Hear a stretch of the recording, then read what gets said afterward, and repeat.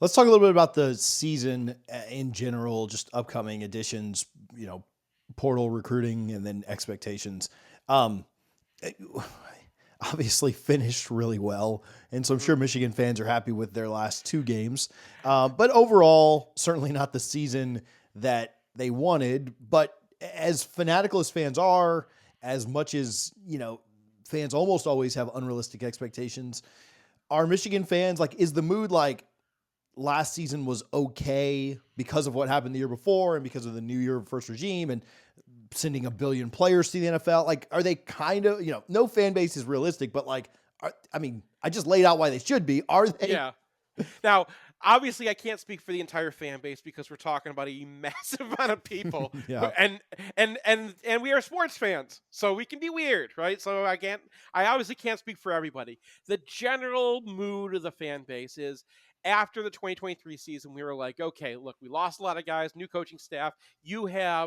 We're not going to fire everybody for screwing up, and there was a lot of sense, especially on the offensive side, that they were screwing up, right? They didn't know what their plan was. They didn't know how to use the talent that they had. They certainly didn't have a plan for using Alex Orji at what he's good at, and they were lying to us about what he was good at. And so we were making assumptions going into the season. Now I don't think they particularly care that they lie to the media, and I'm not going to hold a program accountable for that. That's This is common, right? sports, right? Yeah, that's part of their job is Yeah. probably It's is 134 teams that do that. yeah, his right. Their job is not making sure that I'm right. Right. My job is making sure I'm right. Um, they're and so they're not going to have that kind of. But they did. They burned a lot of the goodwill that they had coming out of 2023 that we wanted them to burn. I was just like, look, this is what you need to go and make your mistakes now, because after that, we need to put the players in. We need to get our system in place. We need to have an idea of what we're going to look like for the next 5, 10, 20 years, right? So this is year one. If last year was year zero, this is year one, and we want to see what you got, right? We want to see what Chip Lindsey's offense is going to look like. It's got to look like it makes sense. Okay, that's really where we're at now. I don't think there's ever been a season of 8-5 that fans are more happy with. Right? I don't think it's impossible to go 8-5 and be this happy, right? But I also said it'd be impossible for Ohio State fans to be happy for a season they lost to Michigan in, which they did, by the way. Ohio State lost to Michigan 13-10 in Columbus. As a 3-score favorite. Yeah, I Let's think add, the add a only little more salt. I mean, honestly, when you talk about what happened in the 2024 season, what is the one signature event of the 2024 season other than Florida State? We won't talk to you about Yeah, that. yeah, I'm But out. but other than that happening, what do people remember about Yeah, the 2024 upset. season? Well, really, Yeah, both of the national champions losing as the national championship contender, Ohio State and Northern Illinois, right? yeah. Like it's the same for both of them. Right. So there's your that's what people remember from the season. And it's like, okay, and then what happened after that? Well, you just went and beat Alabama. Okay. Like that's Yeah, so okay with us that it's like and it wasn't just like they beat them because of, trickeration, or like if you go back and watch the Alabama oh, they game, just it was yeah. it was like all that rain, so it said, so it looked like it was just, but it wasn't. That defense was just that good. It was a replay of the Super Bowl, right? Where the front four were just eating that offensive line apart. They didn't have to blitz and they did blitz because, you got a quarterback who's not going to see his third read. So they kind of wrote the book on Milrobe, but they wrote the book on him last year. They wrote him, in the Rose Bowl the year before, and everyone played him that way ever since. So it was another fantastic performance. They got Wink Martindale back, where everyone kind of figured he was going to be one and done. They did lose an incredible amount of talent on the defensive side. I mean, we are talking, the two of the best defensive tackles to ever come through here.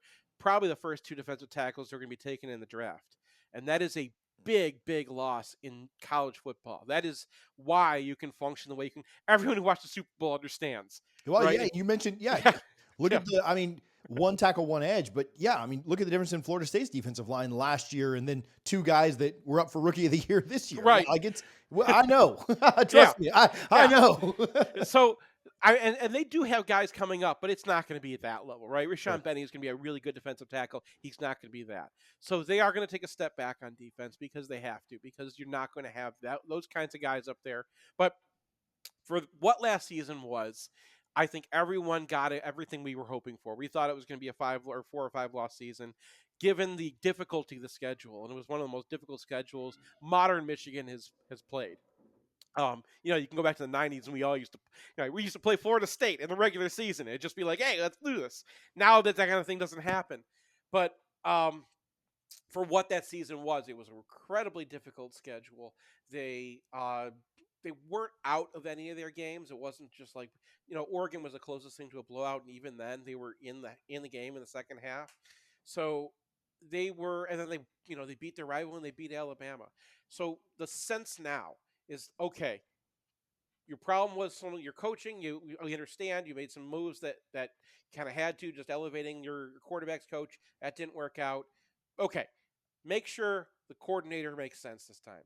Make sure that the young players who were behind all these stars who are now all moved on are coming up and progressing the way we want them to. Is the offensive line progressing the way we want it to? That's kind of been a little bit of a nervous spot because we thought we had all these shark teeth behind the stars, like, Trevor Keegan. I got his jersey up behind me on the Eagles now. Um, and we thought there was, Gio Elhadi was going to come right up behind him and be almost as good. And it's been it was a drop off. And then the offensive line really wasn't that good last year.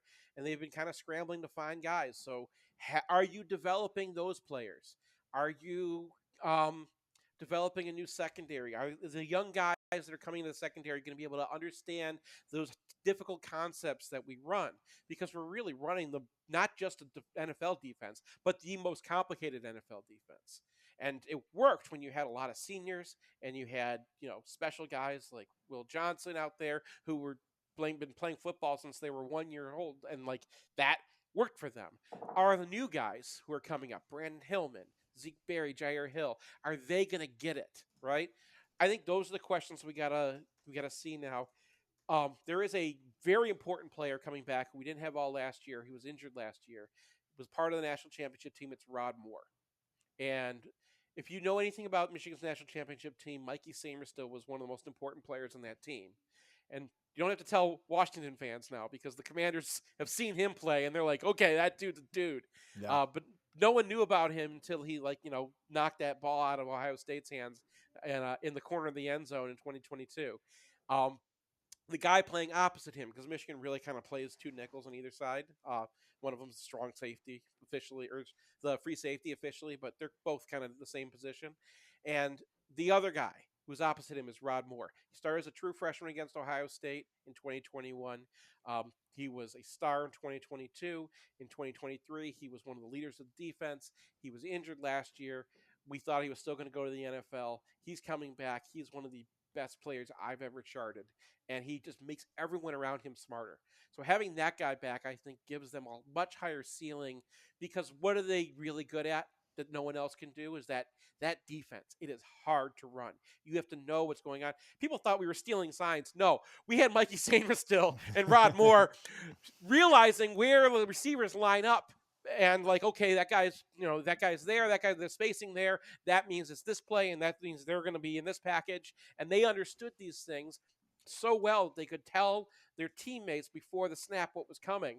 And that's why this defense was so good, because they can adjust to so many things. It's all an adjustment defense, right? It's an all switching defense. So in order to run that, you have to be super smart, and having him back really raises the ceiling of what that defense can be. So, but that's what we're looking for.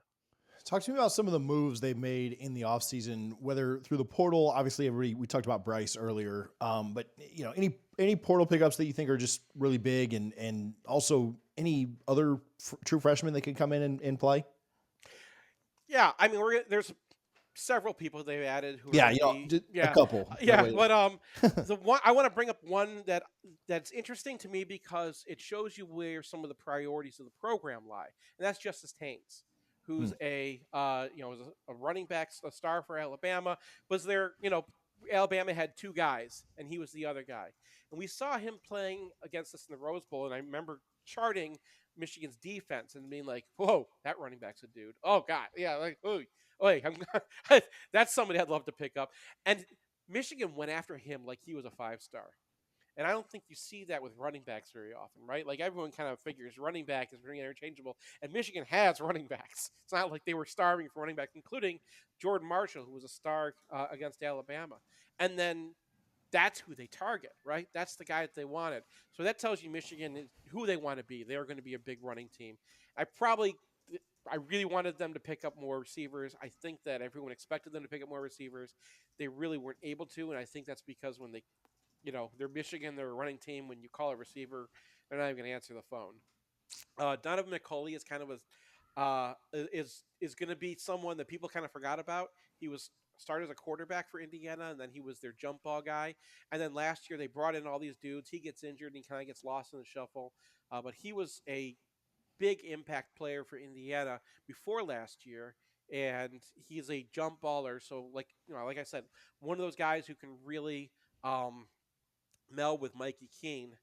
Uh, Offensive line, it's a like, oh, okay, is this going to work or not? They grabbed a couple guys who are from like the lower leagues. So Lawrence Tatar, I think, is the one who's probably going to earn a spot. Um, and I trying to remember where he was playing. It's not coming to me off the top of my head, but he was, I think, Ferris State. Um, and he was he's not a tackle. I've been watching this film, and he's more of just a big guard. He's more kind of like a Keegan. But I think that is where they went to go try to settle their offensive line. They also brought in Brady Norton from Cal Poly, who might be a tackle, but he also might be like a couple of years out. I don't think he's really going to be a major player this year. Um, and then Troy Bowles is an interesting pickup. Uh, he's a linebacker from Georgia, and if you know anything about Georgia, they got linebackers coming out of their ears. But Yeah. this is um, this is the son of the head coach of the Tampa Bay Buccaneers. He's been one of those guys who's been playing football for his whole life, right? And what did I tell you about this defense? You need to be super, super smart, especially at linebacker, because the linebackers are the guys that they want to play everything, right? One moment you're a defensive back, one moment you're a defensive end, one minute you're rushing down the middle, and they are switching their play call based off of the formation sometimes. So you have to be really smart and not get yourself out of there. And you saw a couple times during the year, you'd be like, why does Michigan have nobody for the running back? Well, the linebacker got the call wrong, right? He got the switch wrong. So I'm interested to see what he does. He's probably not going to be the starter because Jason Barham and Ernest Hausman are going to be the starters. But he's one of those X factors that not a lot of people are talking about. And I'm going to name one more guy that they brought in this year who I think is going to be an impact guy that no one's really talking about. That's Jaden Mangum. He was the free safety for a few years for Michigan State. He's a local kid, kind of a receiver slash free safety. Talent level, maybe borderline NFL, right? Like a 6 rounder kind of talent level. Really, really smart kid. And was like the one guy who wasn't breaking down for Michigan State's defense when he was a true freshman and he was surrounded by seniors. And you could see on the film that he actually was doing his job and pointing guys to where they're supposed to be and cleaning up all the messes. He graduated from Michigan State. He's got a couple of years left. He was injured last year, so he wasn't able to play. And I think people have forgotten about him. But like I said, what do you need in this defense? Smart, Hmm. right? And that's what everyone's been saying about this. Now, he went to my high school, so I'm particularly excited because we've never, never, never had a scholarship football player from my high school at Michigan. And there's a reason for that because guys like me are the kind of people who could play for that team. But but Mangum is and it's a I don't want to like toot my alma mater's horn too much, but like I know the teachers there. His athletic director was my biology teacher when I was in school there. And I've been hearing about him when he was. They were really mad Michigan was not taking him more seriously because he's the smartest kid we've ever had. So that's you hear that and you see and I've seen his film at Michigan State in a much simpler offense or sorry much simpler defense, but that's a name I think people should remember too. He's a just a guy that people have forgotten about because he was injured last year and he was at Michigan State before then. So those are some of the guys that if you mention like oh they got this guy, I think people will be like oh man I didn't know that. So